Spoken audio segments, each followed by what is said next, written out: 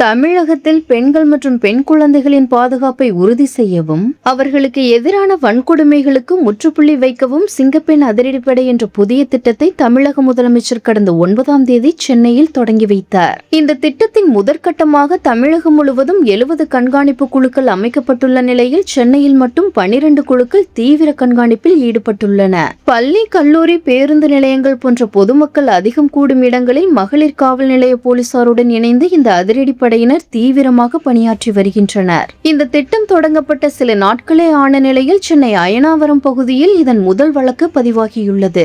அங்குள்ள ஒரு பகுதியில் தனியாக இருந்த 37 வயது பெண்ணிடம் சுரேஷ் என்ற நபர் மதிய வேளையில் மது போதையில் அத்துமீறி அநாகரிகமாக நடந்து கொண்டுள்ளார். இதனால் அதிர்ச்சியடைந்த அந்த பெண் சத்தமிட்டதை அடுத்து அங்கு திரண்ட அக்கம் பக்கத்தினர் அவரை மீட்டதோடு உடனடியாக காவல் கட்டுப்பாட்டு அறைக்கும் தகவல் கொடுத்துள்ளனர். தகவல் அறிந்த சிங்கப்பெண் சிறப்பு அதிரடிப்படையைச் சேர்ந்த சப் இன்ஸ்பெக்டர் ராஜேஸ்வரி மற்றும் பெண் போலீசார் சம்பவ இடத்திற்கு விரைந்து வந்து அத்துமீறலில் ஈடுபட்ட சுரேஷை மடக்கி பிடித்தனர். பின்னர் அவரை மகளிர் காவல் நிலையத்தில் ஒப்படைத்ததை அடுத்து போலீசார் வழக்கு பதிவு செய்து சுரேஷை கைது செய்தனர். நீதிமன்ற உத்தரவின்படி அவர் தற்போது சிறையில் அடைக்கப்பட்டுள்ளார். சிங்கப்பெண் அதிரடிப்படை களமிறங்கிய உடனே புகாரின் பேரில் விரைந்து செயல்பட்டு குற்றவாளியை கைது செய்திருப்பது பொதுமக்களிடையே பெரும் வரவேற்பை பெற்றுள்ளது.